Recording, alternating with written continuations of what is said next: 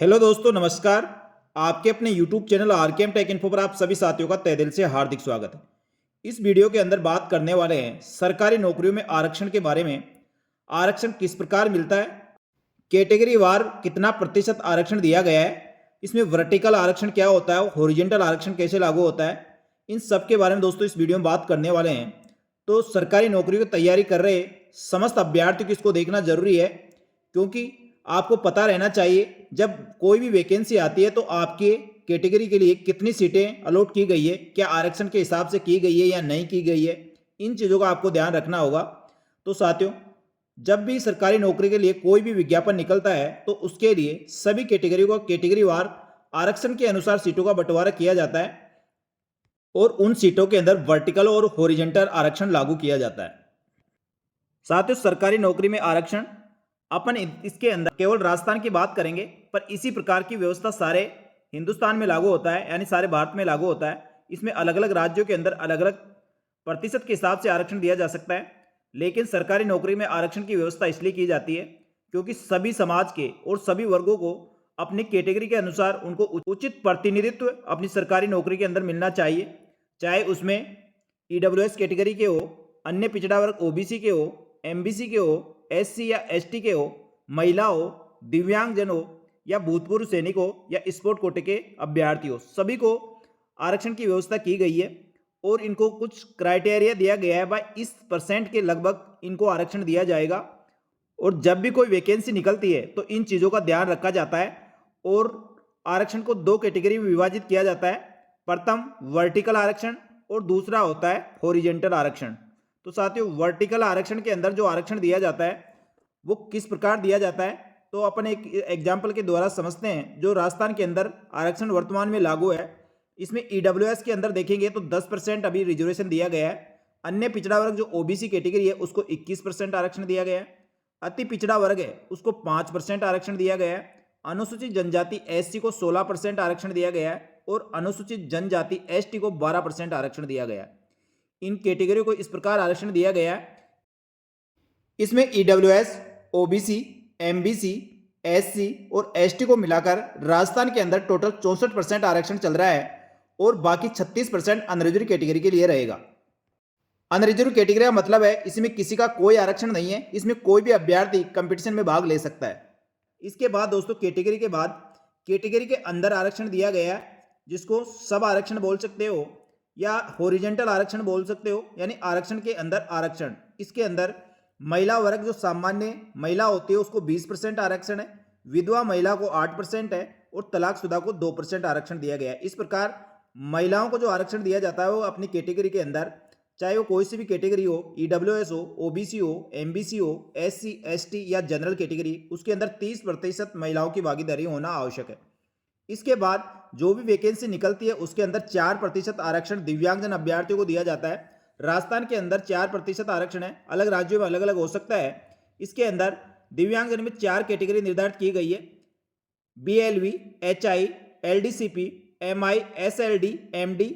इनको इन सबको मिलाकर 4% आरक्षण दिया गया है। लेकिन दोस्तों, इसके भी जो 4 कैटेगरी है उसको 4 भागों में बांटा गया और 4 कैटेगरी को 1-1% आरक्षण दिया गया। इस प्रकार दोस्तों, उत्कृष्ट खिलाड़ियों की बात करते हैं। जो राजस्थान के उत्कृष्ट खिलाड़ी है उनको 2% आरक्षण सरकारी नौकरियों में दिया गया है। बाद में जो राजस्थान के मूल निवासी भूतपूर्व सैनिक है उनको 12.5% आरक्षण दिया गया। इस प्रकार दोस्तों, आरक्षण के अंदर से आरक्षण इन हॉरिजॉन्टल वर्ग में दिया गया है।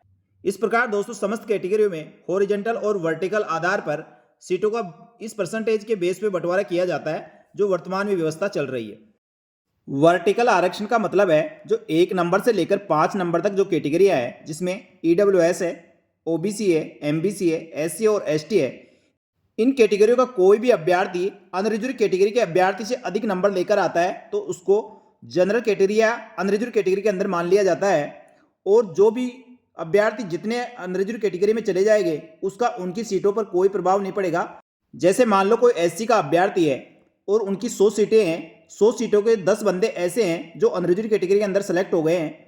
अब उनकी सीटें 100 की 100 ही रहेगी, ये नहीं है उनकी सीटें 90 रह जाएगी। यानी एससी कैटेगरी के 10 अभ्यर्थी अनरिजर्व कैटेगरी के अंदर सेलेक्ट होते हैं तो अब टोटल एससी के जो अभ्यर्थी सेलेक्ट होने वाले हैं वो 110 अभ्यर्थी सेलेक्ट होंगे। कोई अभ्यर्थी अनरिजर्व कैटेगरी से अधिक नंबर लेकर आता है, लेकिन दोस्तों उसमें यह जरूर देखा जाता है उस अभ्यर्थी ने केवल परीक्षा शुल्क के अलावा कोई दूसरी छूट तो नहीं ले ली। यदि वह दूसरी कोई किसी प्रकार की छूट लेता है, चाहे वह आयु से संबंधित हो, चाहे वो दिव्यांगता, भूतपूर्व सैनिक आदि का यदि फायदा लिया है, तो उसको चाहे वो कितने भी नंबर लेके आए, उसको अनरिजर्व कैटेगरी के अंदर नहीं सिलेक्ट किया जाएगा, वह अपनी कैटेगरी में रहेगा। लेकिन दोस्तों जब हॉरिजॉन्टल आरक्षण लागू होता है तो उनको चाहे कितने भी नंबर लेके आए, वह अपनी कैटेगरी में रहेगा, दूसरी कैटेगरी के अंदर नहीं जा सकता है, क्योंकि उनका आरक्षण हॉरिजॉन्टल होता है, इसलिए वह दूसरी कैटेगरी में स्विच नहीं कर सकता है। इसके बाद दोस्तों एक उदाहरण के द्वारा समझते हैं। सबसे पहले वर्टिकल के अंदर देखते हैं। मान लीजिए किसी भी वैकेंसी के अंदर 1000 पोस्टें निकलती है। वैकेंसी में आरक्षण के हिसाब से पदों का विभाजन निम्न प्रकार से होगा। इसमें वर्टिकल आरक्षण के अंदर देखते हैं तो सबसे पहले अनरिजर्व कैटेगरी की सीटें देखी जाएगी। अनरिजर्व कैटेगरी को 36% के हिसाब से 360 पोस्टें मिलेगी, और इसी प्रकार ईडब्ल्यूएस कैटेगरी में देखते हैं तो 10% के हिसाब से उनको 100 पोस्टें मिलेगी। साथियों इसके बाद ओबीसी कैटेगरी में देखते हैं तो राजस्थान के अंदर 21% आरक्षण है, तो आरक्षण के हिसाब से 210 पोस्टें ओबीसी को मिलेगी। एमबीसी की बात करते हैं, उनको 5% आरक्षण, तो 50 सीटें उनको अलॉट होगी। साथ ही एससी कैटेगरी के 16% के हिसाब से 160 पोस्टें मिलेगी। एसटी कैटेगरी की बात करते हैं तो 12% के हिसाब से 120 पोस्टें मिलेगी। इस प्रकार टोटल 1000 पोस्टों का बंटवारा अलग अलग कैटेगरी के अंदर होगा। उसके बाद इस कैटेगरी के अंदर पुरुष और महिलाओं को सीटें बांटी जाती है। जब पुरुष और महिलाओं को सीटें बांटी जाती है तो उसमें देखा जाता है कुल जो भी उस कैटेगरी की सीटें, उसमें से 30% महिलाओं के लिए बांटी जाएगी और बाकी सीटें पुरुष अभ्यर्थियों की रहेगी। जिस प्रकार अनरिजर्व कैटेगरी के अंदर 360 पोस्टें अलॉट हुई है, तो उसके हिसाब से पुरुष अभ्यर्थियों को 252 पोस्ट मिलेगी और महिला अभ्यर्थियों को 108 पोस्ट मिलेगी। इसी प्रकार बात करते हैं ईडब्ल्यूएस के अंदर। ईडब्ल्यूएस के अंदर 100 पोस्टों के अंदर 70 पोस्ट पुरुष अभ्यर्थियों को और बाकी 30 पोस्टें महिला अभ्यर्थियों को मिलेगी। ओबीसी कैटेगरी में 210 सीटों के अंदर से 147 पुरुष अभ्यर्थियों को और 63 महिला अभ्यर्थियों को मिलेगी।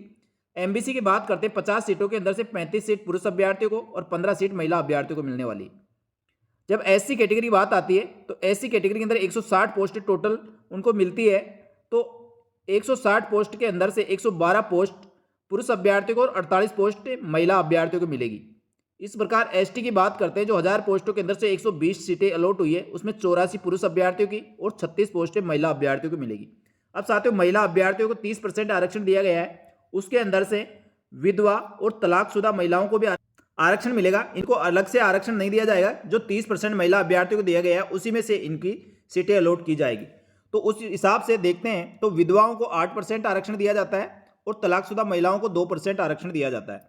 तो इस प्रकार सामान्य जो महिलाएं होती हैं उनको 20% आरक्षण रह जाता है, तो उस प्रकार उनकी सीटों का बंटवारा हो जाता है। जैसे जनरल कैटेगरी के अंदर 108 सीटें महिलाओं को मिली थी, उसमें से 72 सीटें सामान्य महिलाओं की रहेगी, 28 सीट विधवाओं की और तलाकशुदा की 8 पोस्टें रह जाएगी। इस प्रकार ईडब्ल्यूएस की बात करते हैं तो जो 30 सीटें मिली है उसके अंदर 20 सीटें सामान्य महिला, 8 विधवा और 2 सीटें तलाकशुदा को मिलेगी। इस प्रकार दोस्तों ओबीसी के अंदर 63 सीटें महिलाओं को मिली है, उसके अंदर सामान्य महिला को 42 और 16 सीटें विधवा और 5 सीट तलाकशुदा महिलाओं को अलॉट की जाएगी। इसके बाद जब एमबीसी की बात करते हैं तो इसके अंदर 15 सीटें महिलाओं को 30% के हिसाब से मिली, उसमें 10 सामान्य की, 4 विधवा की और 1 तलाकशुदा महिला को मिलेगी। इसके बाद जब एससी कैटेगरी की बात करते हैं तो इसके अंदर महिलाओं को 30% के हिसाब से 48 सीटें अलॉट हुई है, उसके अंदर से 32 सीटें महिला सामान्य को, विधवा को 12 और 4 तलाकशुदा महिलाओं को दी जाएगी।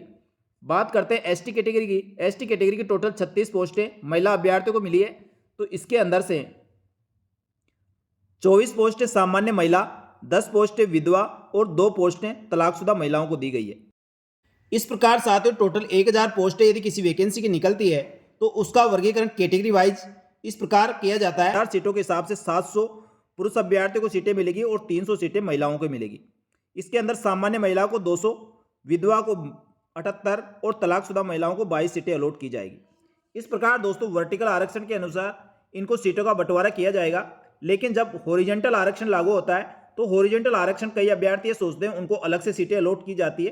दोस्तों इसका बिल्कुल कंफ्यूजन आप दूर कर लीजिए। अलग से कोई सीटें अलॉट नहीं की जाती। जो 1000 सीटें उसी के अंदर से उनको उचित प्रतिनिधित्व देने के लिए वर्टिकल आरक्षण के अंदर से उनको हॉरिजॉन्टल आरक्षण दिया जाता है और हॉरिजॉन्टल आरक्षण के अंदर उसको केवल काल्पनिक रूप से सीटें दिखाई जाती है भाई कि आपकी कैटेगरी में इतनी सीटें आपके लिए आरक्षित है, आप इन पदों के लिए आवेदन कर सकते हैं।